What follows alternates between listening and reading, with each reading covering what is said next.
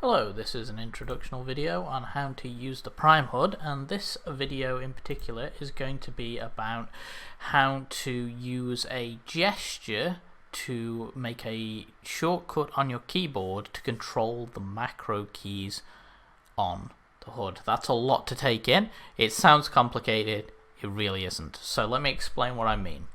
So when you create a macro, you create these buttons. There's up to 22 buttons, and once you've put in a macro, if you don't know about macros and how to create them, please look up the creating the macro on a Prime HUD video.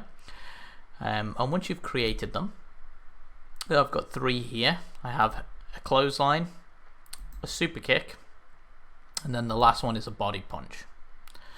So I have them three set up. Now I don't want to click on these buttons because I'm doing a particularly fast thing. So what I want to actually do is I want to trigger them to my F keys, and I want to be able to press an F key, and I want to be able to do that button really fast. Or I want to be able to type a command, and I want to be able to access one of them buttons.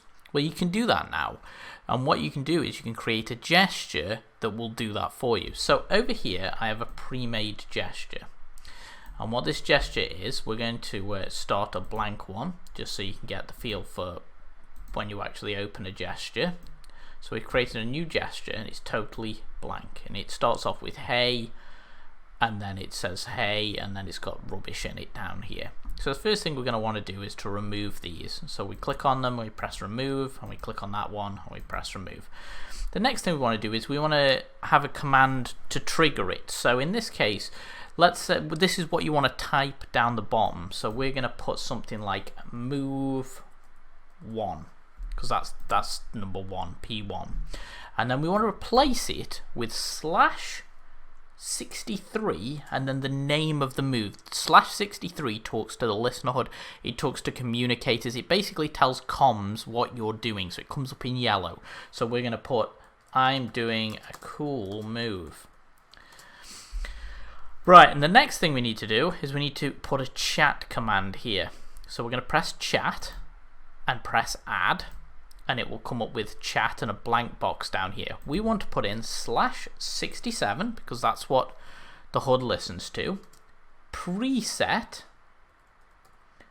line, which is found under your above your backslash. So you hold shift and you press backslash, and you make two lines, and then the number of the macro. In this case, it's going to be number 1 that we want to do it to. So that, once you've got that and you press save, is your macro already set up. So now if you type the words down here move 1, it will do that preset.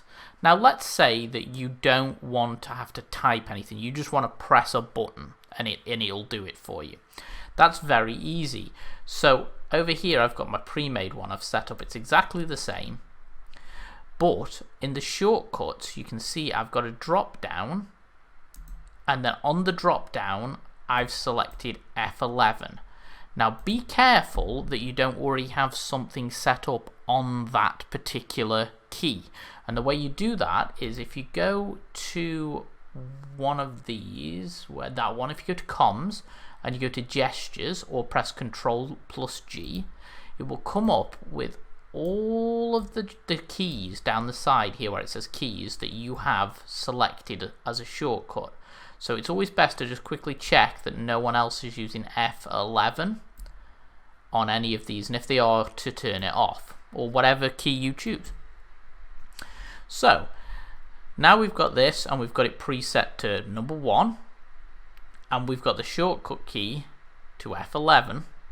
When we press the F11 key on the keyboard, it activates the clothesline. Now if I change this number to another number, number 2, it will activate this macro. So I will then click off and press save, and then press F11, and it now does the super kick. If I change this to number 3, like so, and save it, and I press F11, it will now do the body punch. And you can do that all the way up to number 22, which is your last macro over here. And that's how you use a gesture to command these keys and put it to a shortcut key where you only have to use one button to activate these, or make yourself a trigger command that you can then paste into the chat bar to activate the gesture. I hope that's been helpful to you, and I'll see you in another video.